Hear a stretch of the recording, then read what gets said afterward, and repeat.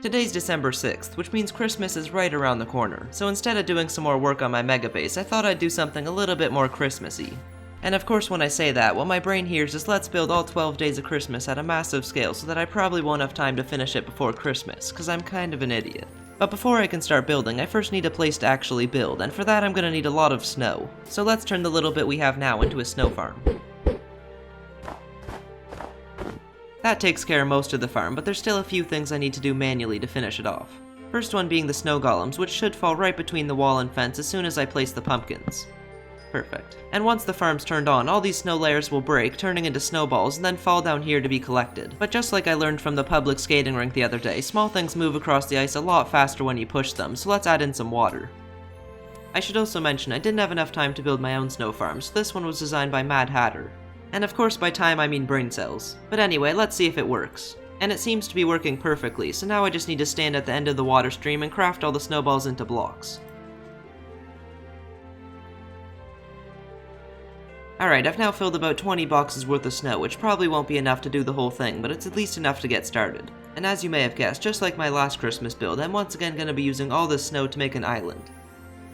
And if you haven't seen the video where I toured this island, the link will not be in the description, as watching it's like getting coal for Christmas, except the coal's on fire and it burns down your Christmas tree. I was originally just going to make this island a bit bigger, but like usual I got a bit carried away in my test world, and now it would only fit 2, maybe 3 of the days of Christmas on it. So I guess I'll just have to head out to the ocean and build my own. As you can see, I've gone ahead and built the outline of the island off camera, as I figured you wouldn't care too much about it, just like you probably don't care much about what I'm saying right now, as it's really not that interesting, so I should probably just start a time lapse and fill this thing in.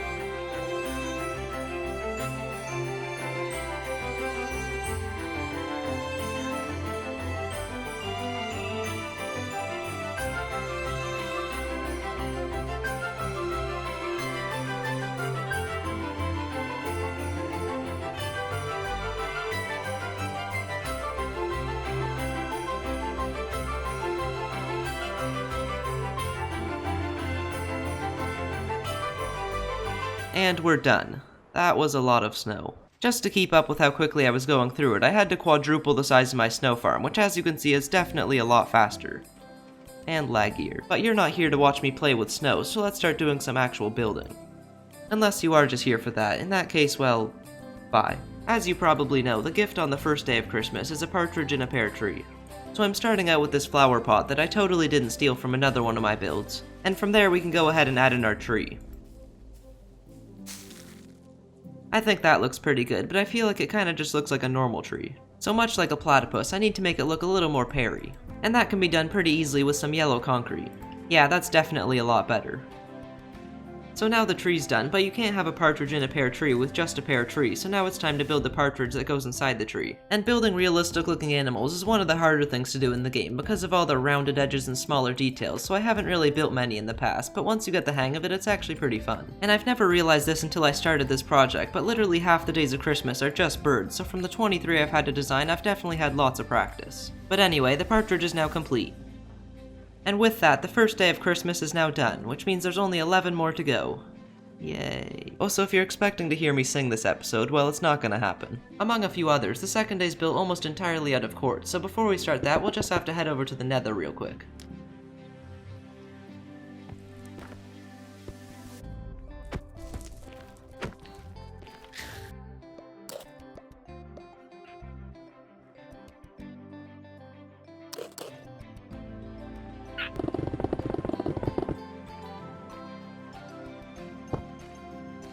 And there's our 2 turtle doves.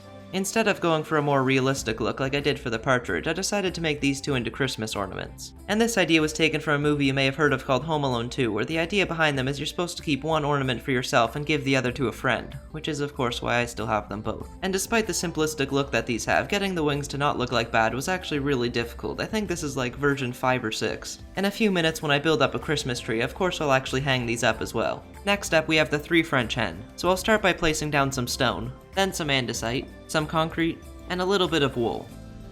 There's the French part done, so now we just need the hens. And I find the best way to create organic builds like this one is to start out by building it out of any single block, like stone for example. And what this does is it creates a shape that's a lot easier to edit, as you don't have to worry about tediously moving around any colors that you may have. And once you're happy with the shape, you can then cover the whole thing up with some texture, similar to how you'd batter a piece of food. And it may just be the reference picture I'm using, but apparently hens have a lot of different colors on them, so as you can see I'm having to use quite a wide variety of blocks. There's the body done, so now even though it can't fly, we need to give it some wings. Although if you switch out the L for an R, then it works. To finish it off, we can use some mangrove wood to create its red dangly chin thing, and then use some black concrete along with the stare to create the eye. And just like that, the first hen is done. Although I feel like it doesn't look very French, so let's stick a beret on top, because stereotypes. And with that added, all that's left to do now is to build 2 more of them.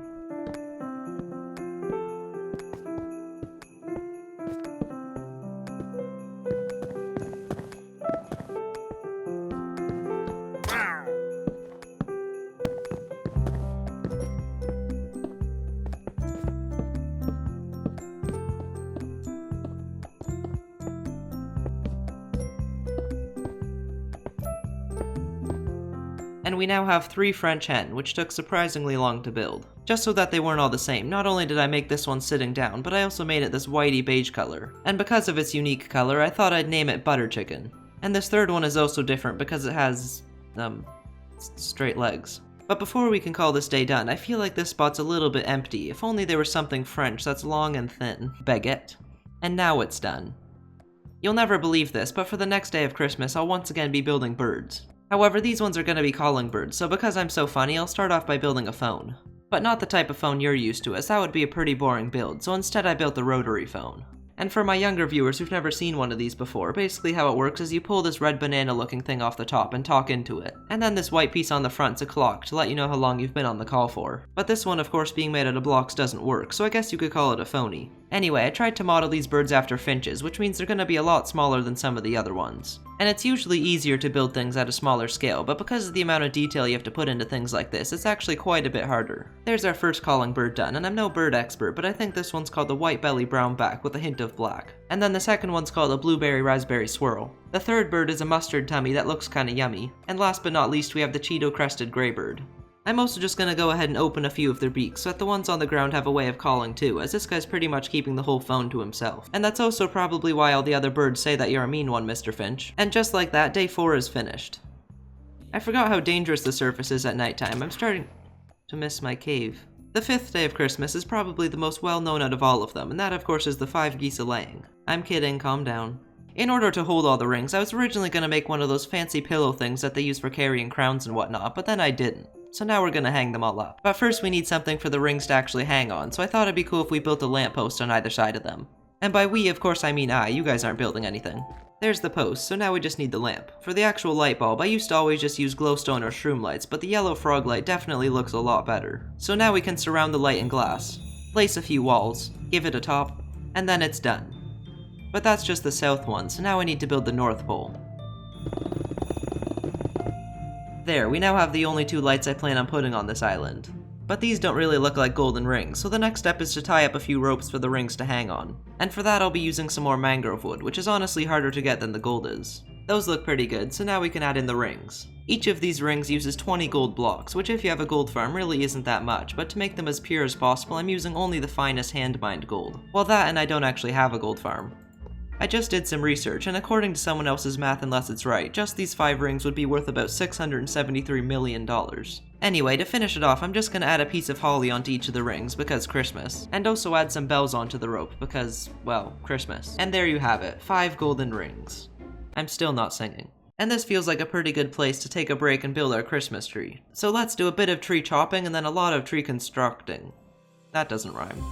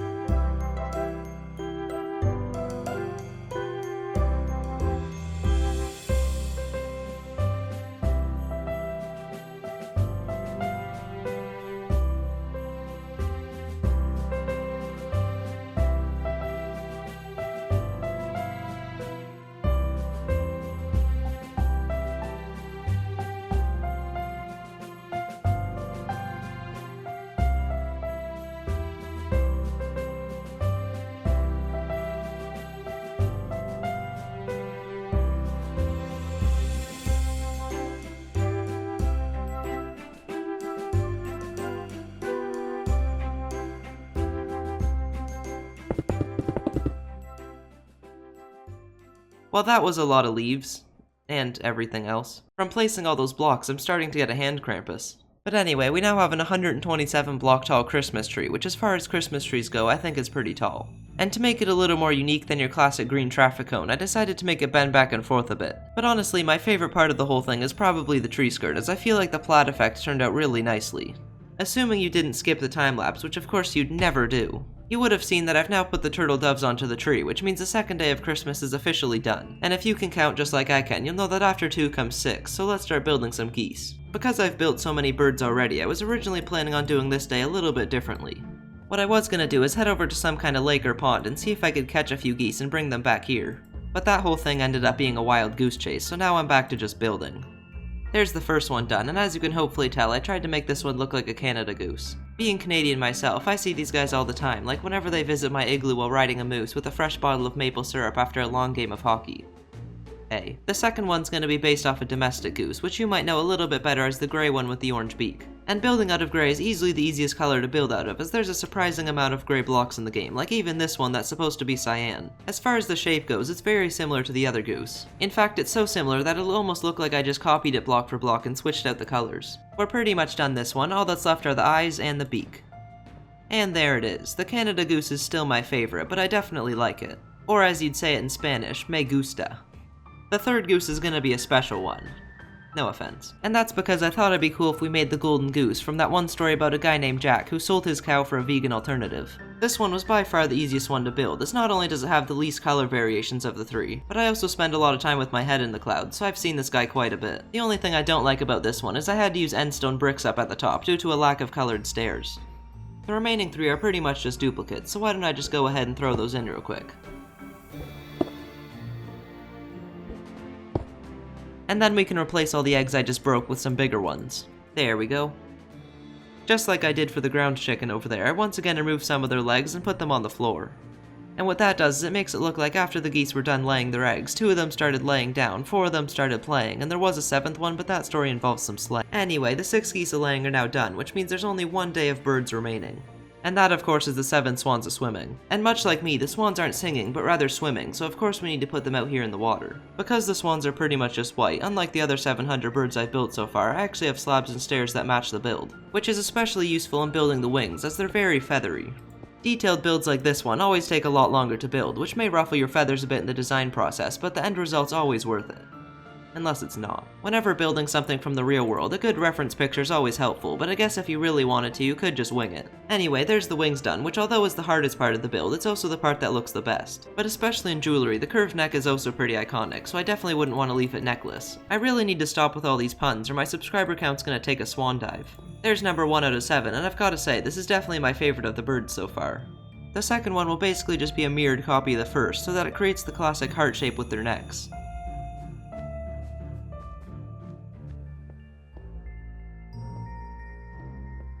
Yeah, that looks pretty good, although it might be a little bit better if it had a body.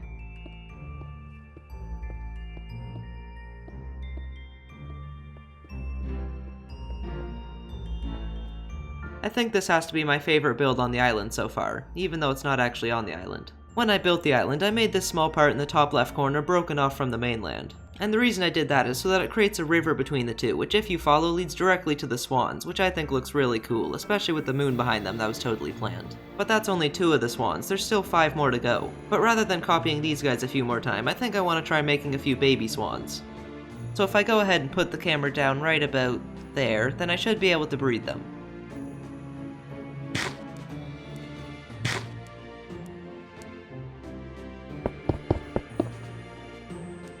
And then there were 7.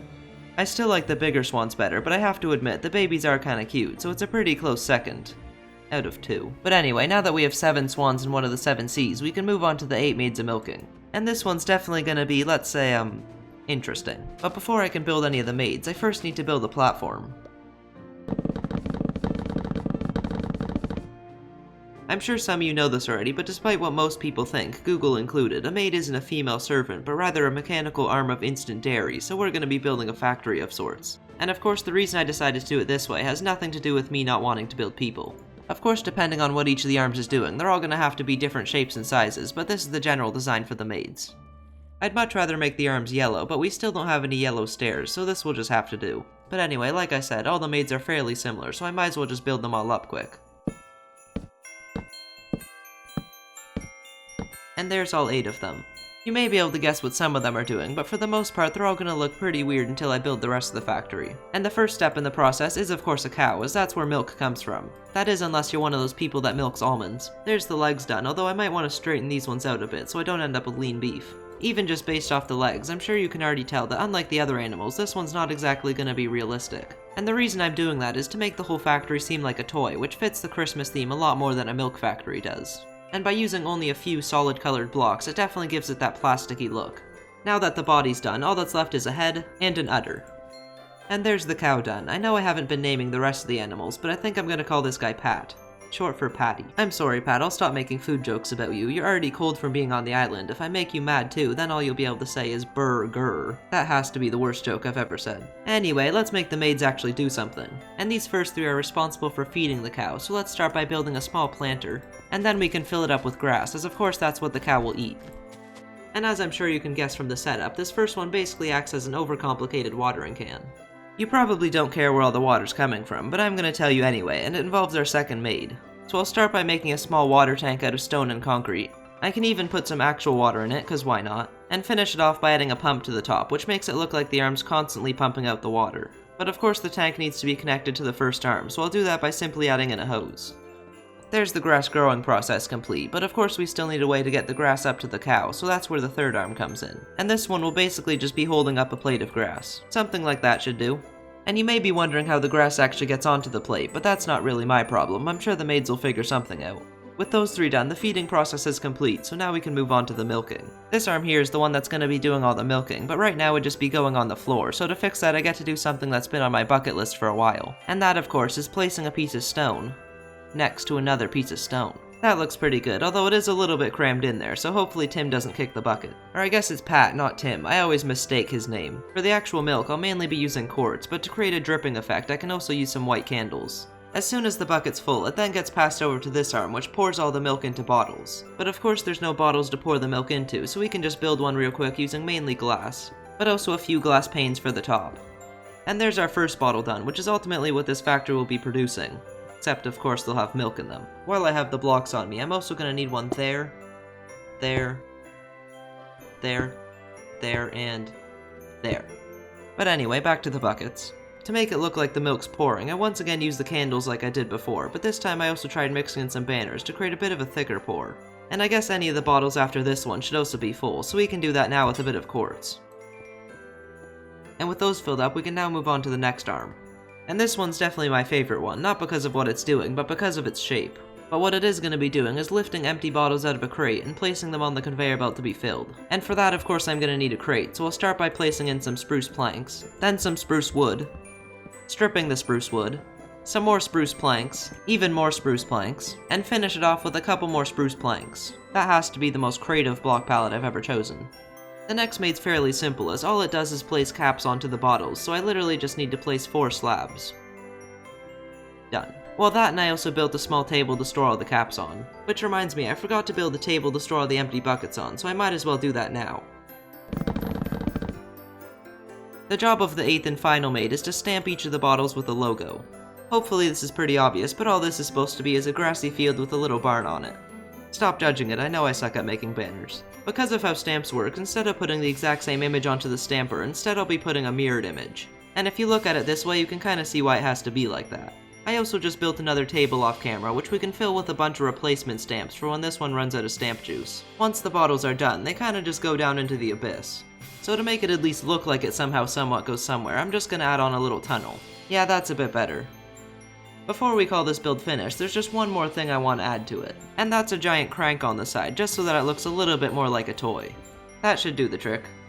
And with that, the factory is done, so let's go through the whole thing again.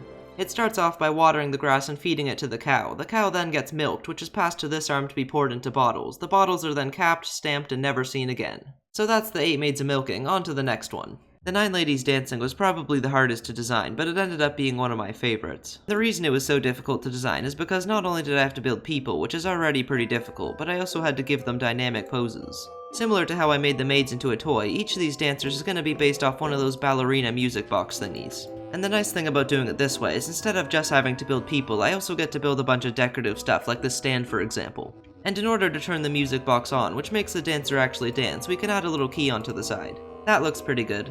But in order to make the actual dancer dance, I also need an actual dancer. To make the feet, I use some upside down copper stairs, which contrast nicely against the sandstone, but also creates the effect that they're standing up on their toes.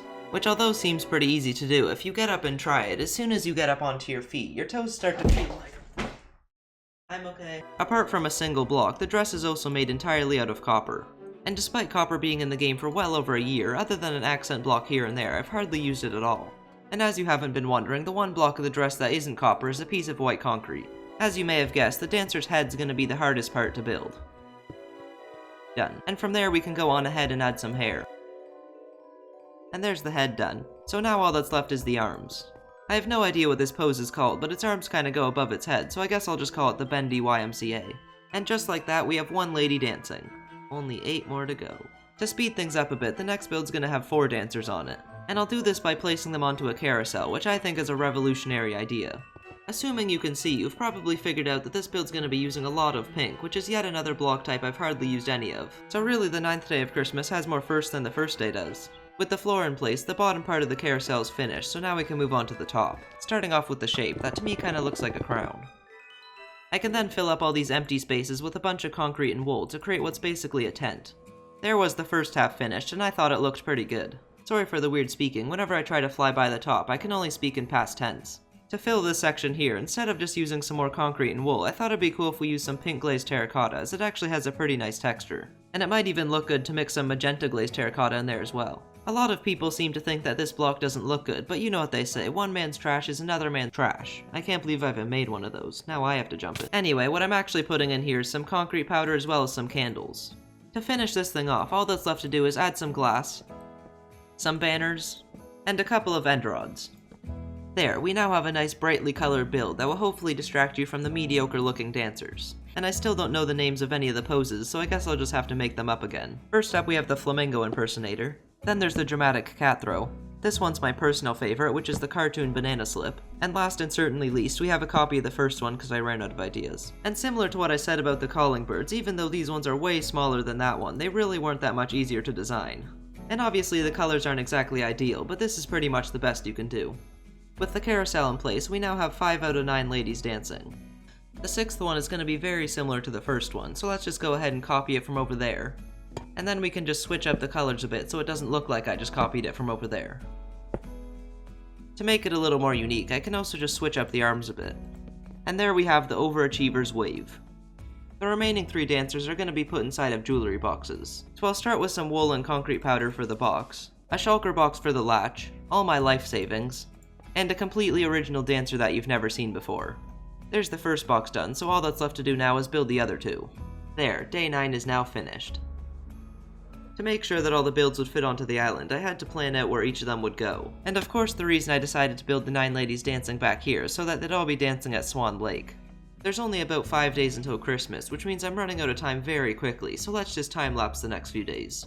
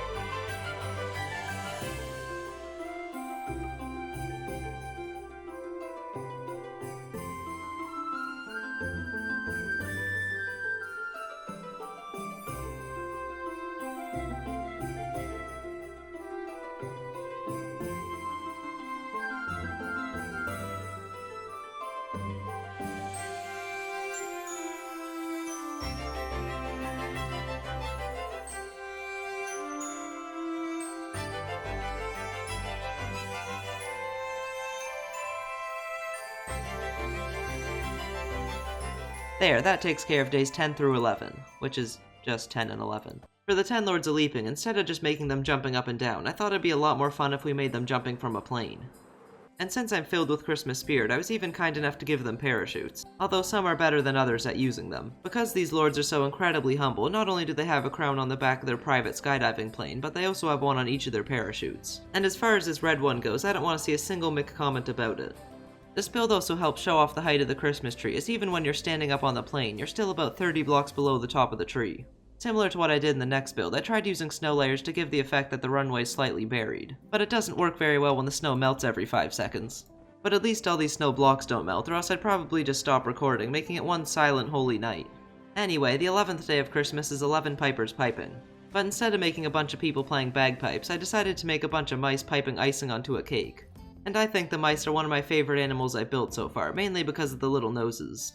I was originally just gonna sit the mice on top of some scaffolding, but then I had the idea to put them on stuff you'd find in a kitchen, like a mixing bowl for example, which I think is a lot cooler. And before you say it's unsanitary, don't worry, cause I gave the one standing up on the cake protective boots. I thought it might be a bit excessive to have 11 of them piping icing onto the cake, so I decided to make 3 of them making the icing. And to these ones I even gave chef hats. I should also mention that making mice cook is a completely original idea, so if any big animation companies do anything similar 15 years ago, then they're stealing my idea. With those 2 days done, we only have 1 day remaining, and that is the 12 drummers drumming. And this day ended up being one of my favorites, because each of the drummers is gonna be a nutcracker. And to give them some nice brightly colored clothing, I'll mainly be using concrete, which is everyone's favorite block to make. But all the time spent crafting and hardening it is definitely worth it for all the slab and stair variants. If you haven't gotten it yet, I want more colored slabs and stairs. But until then, dark prismarine's gonna be the closest thing we have to green. The head is mainly gonna be built out of sandstone, but it also has a bunch of white hair, so of course I'm gonna be using some more of this. And I really like how the hair turned out on this one. And just like I did for the cow, I'll once again be using banners for the eyes. And for the mouth I'll be using a piece of TNT, which seems a little bit weird, but as soon as you cover the top half with a slab, it creates almost the perfect texture for it. The only downside about using TNT is it's pretty tempting. But if I take all the necessary precautions, it should be fine. And from there all that's left is a hat and a belt. But that's actually not all, because in order to make the drummer into a drummer, it kinda needs to be drumming a drum. And to play the drum, I'm also gonna need some drumsticks, which I'll make with a bit of oak wood. And there's our first little drummer boy done. The next 2 are fairly similar to the first one, so I went ahead and just built up their bodies. But one of the things that's different between all of them is their hats. The cyan drummer's hat's a little bit boring, as it's pretty much just a black hat with a yellow line through it. But some of the other ones have a lot more detail, as well as uniqueness and shape. But underneath their hats, they could definitely use some hair, as their heads are a little bit flat without it. And unlike the first one, this one's gonna be having black hair. I'm also just making the hair a little bit straighter so that it fits the more traditional nutcracker hairstyle. The red drummer's hairstyle is pretty much exactly the same, except both its hair and beard are white, and then its mustache is black. On the backs of each of the nutcrackers, I'm also adding on a small lever, which of course is what opens and closes the mouth. Although on these nutcrackers in particular, it might have some pretty mind-blowing results. Unlike the first one, which is our bass drum player, the other 2 are going to be holding their drums horizontally. And much like the rest of the build, these drums are also going to be made out of blocks. Because this drum's a lot bigger, I had to put straps up the whole suit to hold it in place. But the smaller ones don't require that, which means I have some more room for detailing. And just like that, the first 3 drummers are done. But I really don't feel like building the other 9 of them, so instead what I'll do is build myself my own drum. And from here I should just be able to beat them into existence. I already have 3 of them, so that's 4, 5, 6, 7, 8, 9, 10, 11, and 12. Most of these are just copies of the first 3 that I built, but I did at least make one new one, which is this blue guy in the middle. And now that we have a bowling-ready nutcracker display, the 12th day of Christmas is complete. Which means all the days of Christmas are finished, so now I can speak the most unenthusiastic version of the song you've ever heard.